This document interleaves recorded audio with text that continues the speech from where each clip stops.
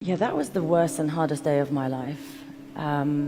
We had just come out of the basement of the hospital because a warplane was flying above, so we were all advised, as we always do, to go to the lowest part of the hospitals in case they target it. So we'd just come out, and one by one we were seeing these ghoulish-looking children walking in. You know that really infamous Vietnam photo of the girl coming from the napalm bomb coming like this? They were all literally coming in one by one, clothes are hanging off them, covered in white powder dust, with the most heart-wrenching smell of burnt, singed flesh coming in. And I remember just looking, and I felt like I'd been moved or transported to a Hollywood horror show or a horror scene. It was at the time when the last big chemical weapons attack had happened in Damascus. It was 5 days afterwards, so we didn't know what was happening. We thought, is this a chemical weapons attack? So we started to treat them as if they were, until we got the intelligence that it was a big incendiary weapon, which is basically a big ball of fire that was dropped from the airplane onto a schoolyard where 10 to 16-year-olds were waiting after school to be picked up by their children, by their parents.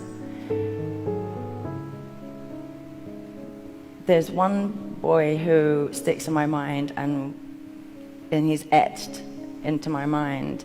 He walks in, and he is so burnt, he looks like a tree bark.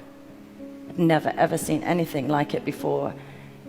And he'd lost all his hair, everything. He literally walked in solid, like so solid, he couldn't bend his arms.